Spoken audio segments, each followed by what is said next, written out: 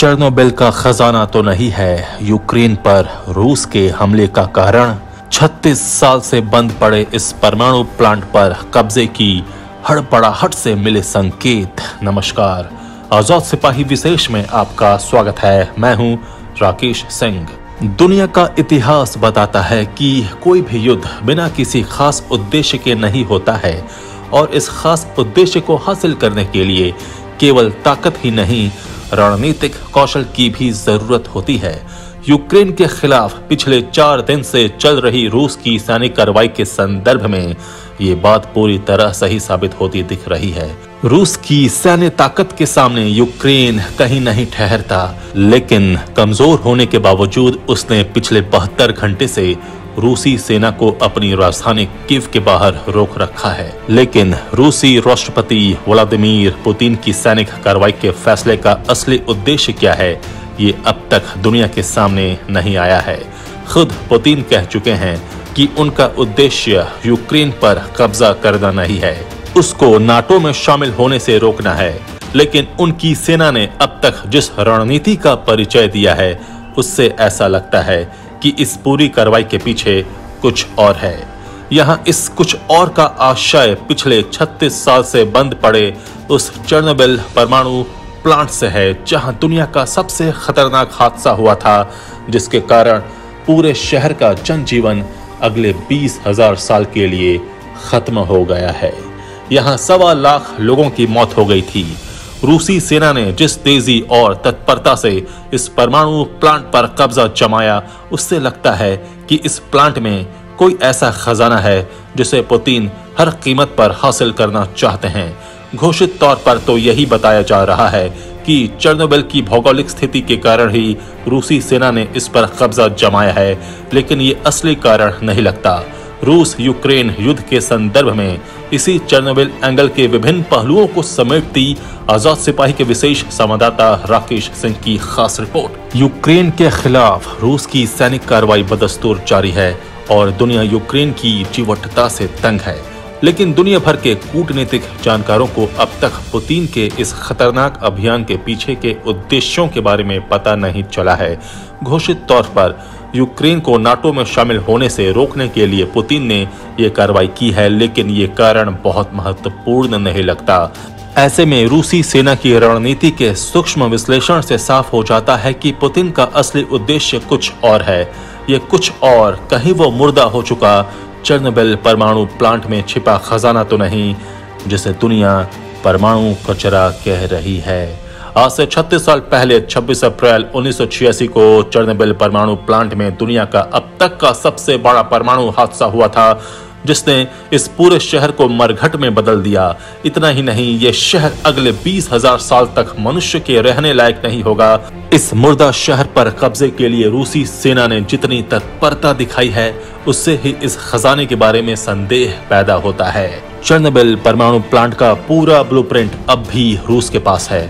रूस उस क्षेत्र के एक इंच से वाकिफ है। रूस के पास उस प्लांट से जुड़ी हर जानकारी उपलब्ध है।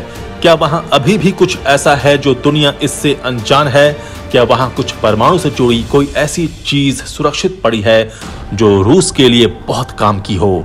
आखिर एक मुर्दा शहर का चेर्नोबिल परमाणु प्लांट जो पहले से ही तबाह पड़ा था, रूस ने उस पर क्यों कब्जा किया? देखा जाए तो अभी भी यूक्रेन के कब्जे वाले सभी परमाणु प्लांट सुरक्षित हैं और वहां उत्पादन जारी है। यहाँ सवाल पैदा होता है कि चेर्नोबिल रूस के लिए इतना अहम क्यों है? जानकारों की माने तो चेर्नोबिल सैन्य लिहाज से बहुत अहम नहीं है, लेकिन इसका लोकेशन महत्वपूर्ण है।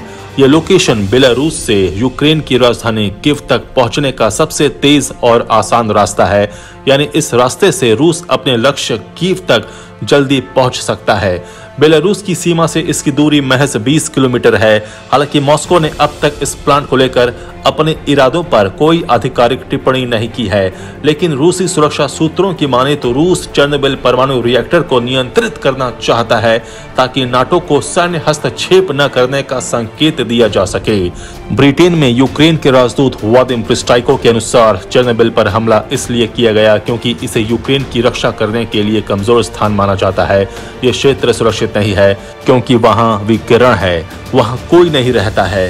वे अब हमारी सीमाओं के माध्यम से इस विशेष असुरक्षित हिस्से में आए हैं। वहीं ऑस्ट्रेलिया के पूर्व विदेश मंत्री जूली बिशप का कहना है कि चेर्नोबिल पर कब्जे का उद्देश्य दुनिया के बाकी हिस्सों में एक संदेश भेजना है। हालांकि कर्टिन विश्वविद्यालय के एक राष्ट्रीय सुरक्षा और रणनीतिक विशेषज्ञ एलेस्की मुरावियेव के अनुसार रूसियों ने चेर्नोबिल को इसलिए निशाना बनाया क्योंकि ये सीमा की एक रणनीतिक संपत्ति थी जिसे वे संरक्षित करना चाहते थे।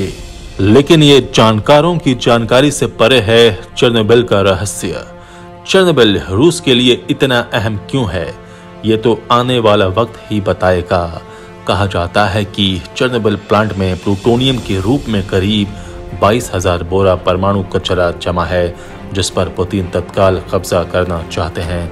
कहा जा रहा है कि इतनी बड़ी मात्रा में प्लूटोनियम हासिल करने के बाद रूस की परमाणु ताकत कई गुना बढ़ जाएगी। इसलिए अब इस बात पर संदेह किया जाने लगा है कि रूस की कार्रवाई का असली उद्देश्य चेर्नोबिल पर कब्जा करना था, क्योंकि ये सवाल तो उठता है कि रूस जैसी ताकत को आखिर कीव को अपने कब्जे में करने के लिए कितना ही वक्त लगता। कहीं कीव में धमाकों के बीच असली मुद्दे से मतलब ध्यान भटकाना तो नहीं, कहीं चेर्नोबिल में छुपा राज ही असली युद्ध का कारण तो नहीं। क्या हुआ था चेर्नोबिल प्लांट में? दुनिया ने जापान के हिरोशिमा और नागासाकी शहरों पर परमाणु हथियारों का दंश देखा और सुना है, लेकिन परमाणु प्लांट में हुई घटनाओं के चलते भी लाखों की संख्या में लोग प्रभावित हुए हैं। ऐसी ही एक घटना आज से 36 साल पहले 26 अप्रैल 1986 को यूक्रेन के चेर्नोबिल में स्थित परमाणु प्लांट में हुई थी। उस समय यूक्रेन सोवियत संघ का हिस्सा हुआ करता था। यूक्रेन सोवियत संघ के विघटन के बाद स्वतंत्र हो गया। चेर्नोबिल पावर स्टेशन यूक्रेन की राजधानी कीव से करीब 130 किलोमीटर उत्तर में प्रिपिएट शहर में है। ये बेलारूस की सीमा से करीब 20 किलोमीटर दक्षिण में है। चेर्नोबिल न्यूक्लियर पावर स्टेशन में 4 न्यूक्लियर रिएक्टर थे। यूनिट 1 का निर्माण 1970 में, जबकि यूनिट 2 का निर्माण 1977 में हुआ था। यूनिट 3 और 4 का काम 1983 में पूरा हुआ था। हुआ यूं कि 26 अप्रैल के तड़के 1:23 पर प्लांट की बिजली गुल हो गई। इसके बाद दिन में इस बात की जांच के लिए एक नियमित अभ्यास किया गया कि बिजली गुल होने से प्लांट का आपातकालीन वाटर कूलर सिस्टम काम करेगा या नहीं, लेकिन कुछ सेकंड के भीतर ही रिएक्टर नंबर 4 में अनियंत्रित भाप के रूप में दबाव बनने लगा। भाप के इस दबाव के चलते रिएक्टर की 1000 टन की छत उड़ गई। इससे रेडिएशन और रेडियो एक्टिव मलबे का गुबार बाहर निकलने लगा। 2 से 3 सेकंड बाद ही एक दूसरा धमाका हुआ और अतिरिक्त ईंधन बहने लगा। इस धमाके की विभीषिका का अंदाजा इसी से लगा सकते हैं कि हिरोशिमा पर गिराए गए परमाणु बम की तुलना में इस धमाके से 400 गुना ज्यादा रेडिएशन निकला था।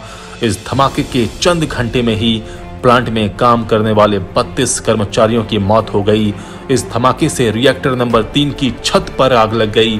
ऐसी दुर्घटना के समय ऑटोमेटिक सेफ्टी सिस्टम को काम करना होता था, लेकिन परीक्षण की वजह से इसे बंद कर दिया गया था। घटना के तुरंत बाद ही दमकल कर्मी प्लांट में पहुंचे और विस्फोट के बाद लगी आग को बुझाने लगे। इस दौरान वे रेडिएशन से बचने वाले उपकरण भी नहीं पहने हुए थे।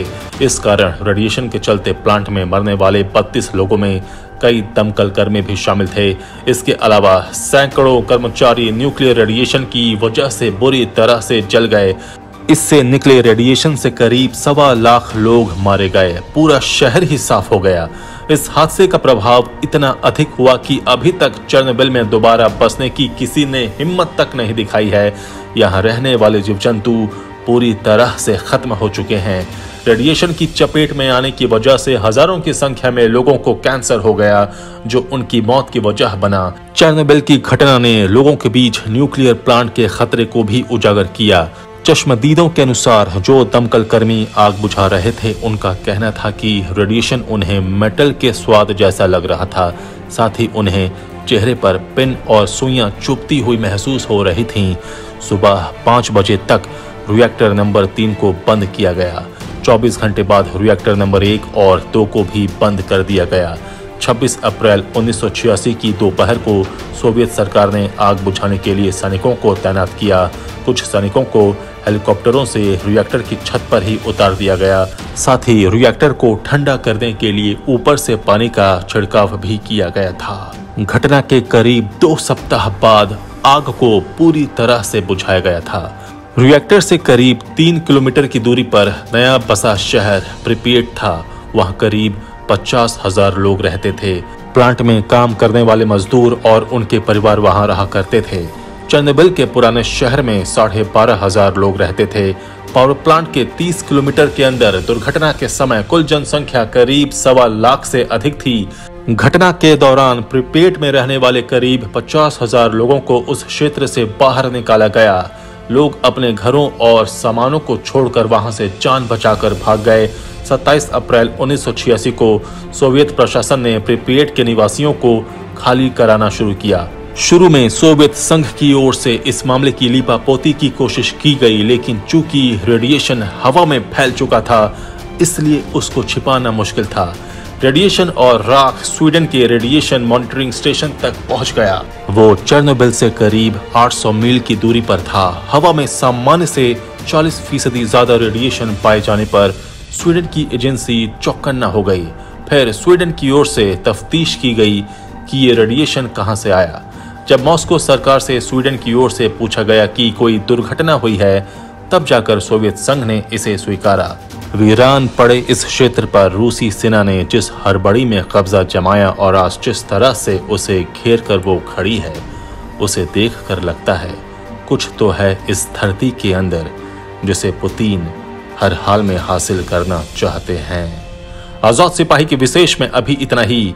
आप हमारे इस YouTube चैनल को जरूर सब्सक्राइब करें। आप हमारे Facebook पेज को भी जरूर फॉलो करें। धन्यवाद।